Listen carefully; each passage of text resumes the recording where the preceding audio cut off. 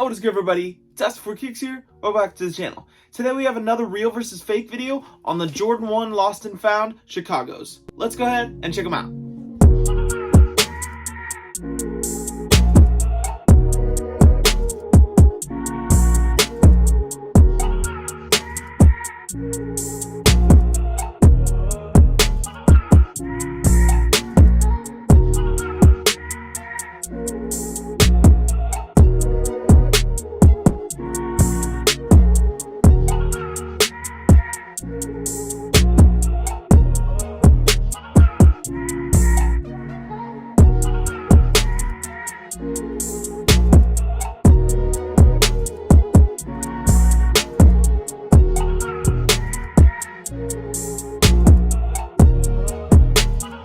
Alright guys, so the first thing we're going to check out is the box. Left is going to be the retail pair. I got this off the sneakers restock. That is my second win for the Lost and Found. Probably the most luck I'll ever have in my life. Right is going to be the rep pair from Coco Sneakers. Information right here on the screen if you wanted to check them out. First thing I want to point out is the size of the box. You can't really see right here, but it is a little bit taller retail to rep. Same goes for length and even the width. If I were to set them on top of each other, the retail is wider than the rep. This is the case with all the ones I've seen so far. Not sure why, but that is the case. As far as the color orange, looks to be the same kind of distressing, and the print and everything, can't really point out anything there.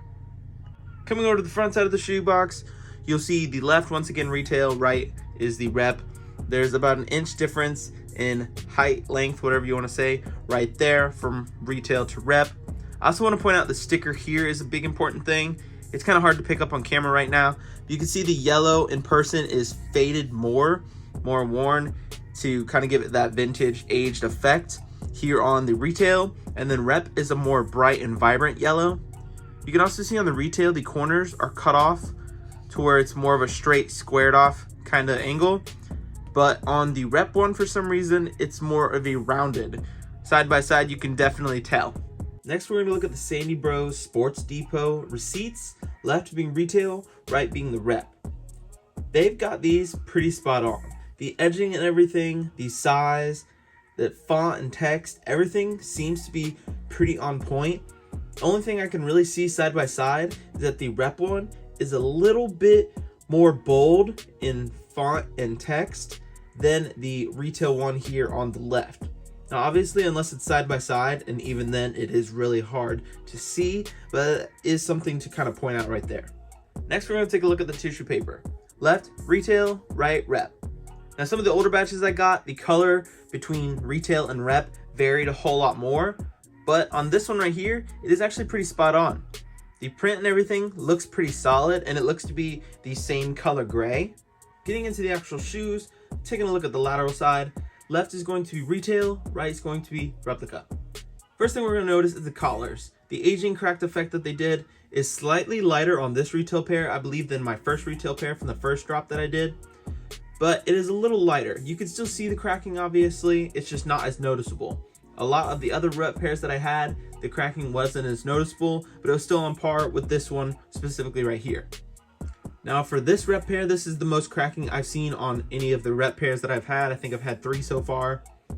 But this still is in the retail range because, like I said, it did vary a whole lot across retail and you can't get the same effect. Same goes for the little hit here. Tends to be a little cracked more right here on this rep one than the retail. You can look at the reds side by side. They look to be the same red, pretty on point. Some of the older reps, I want to say, had a more 2015 Chicago red, whereas this one is a different vibrant kind of red. You have the Wings logo, looks embossed right in black, pointing at the bottom lace hole, which is important, not the top one. A lot of the older batches that they came out with at first tricked people into buying them, but that was the old mold, just with the Lost and Found treatment. So that is a big deal. Then we'll look at the side panels here. Again, this is something that varies because they can't get the same aged effect. But you'll see on the retail, it is a little more noticeable on this one than on the rep. Now, I believe some of the other rep pairs I had heavier ones. Same with my other retail. It is just something that you can't really base anything off of because the aging effect was all over the board. Midsole color looks to be the same cream. Nothing I can really point out or spot there for you. Next, we're going to go to the outsoles. Top is going to be the rep. Bottom is going to be the retail. Now, like I said, QC is all over the board. So a lot of the reps I've been getting have a more aged effect like this one. But to be completely honest, this is the most aging I've seen on retail. My other retail pair, the aging is a lot less than this. It's kind of in between these two. This is lighter than I'm used to, but it does range from shoe to shoe, so nothing I can really point out there. Moving on up to the toe boxes, left is going to be the rep pair, right is going to be the retail pair. You'll see on this specific pair, again, the varying between the aging effects is all across the board for retail, but you'll see that this specific pair has a more cracked effect here on the toe box than on the one for this rep. Now, of course, this varies even on the reps, but for this specific pair, I wanted to show you it is more aged. A lot of people hate that. You love it or hate it. It's one of those things you just take or leave. Laces, it does come with the white and the black in it already laced like that. That's just how it goes. A lot of the older batches had it to where it was just one lace and then they had them in bags, and that was incorrect. Moving up the tongues themselves, you'll see the color, both of them cream. They look pretty spot on actually. Some of the other ones had a more hint of pink on the rep. This doesn't really seem to be the case here. You can see the tongue tags themselves, if I can get them out, are both that same nice vibrant red with Nike swoosh and air on top in white. A lot of people get angry with the QC for A1s or AJ1s when the part is almost cut off here at the top. Retail has that more than the rep on this one. The rep is pretty good spot and placing right there. Taking a look at the inside of the shoes, left is going to be the retail pair, right is going to be the rep pair. You can look down in there. They both have the black and white laces kind of just thrown in there, tied up a little bit. That's just how it comes. You'll see the black sock liner looks to be the same. I can't really say one is really too much thicker than the other. I will say the collar, as far as like the cracked part goes, is a little bit thicker here on the rep than on the retail. Now, again, this is something that varies. I believe my last pair, the collar, it was different. The collar was thicker on retail and thinner on rep. Not sure how that really goes, but that's just how it is. Insoles are white. Obviously, they're a left and right shoe, so it's flipped over, but it says Nike Air and the swoosh in red. Nothing you can really say there. Coming over to the back side, left being retail, right being rep, you'll see a little bit of that height difference once again, the rep being just about an inch or so, maybe half an inch taller than the retail. This tends to happen with Jordan 1 reps, not really sure why, but that is the case. You'll see the cracking on the collar. It's pretty spot on. It's a little heavier on the rep than the retail, but like I said before, it does vary, and I believe my first retail pair has more cracking than this one right here.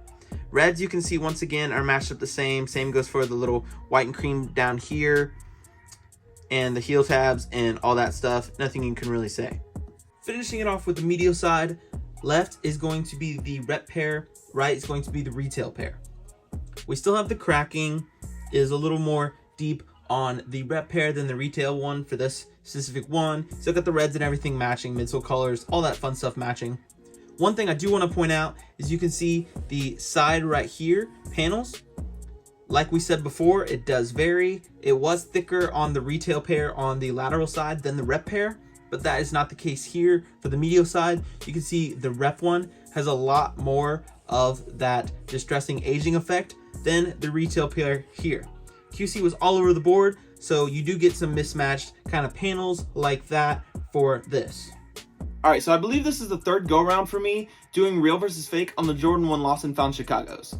Now, I was able to hit the original sneakers drop, and then I also hit on the restock on Sneakers app a month ago or so, or whenever that was. I wanted to be able to show you that there are comparisons and different details and variances from the first drop and the second drop, and pretty much any of the ones you get from Nike, because their QC is so different.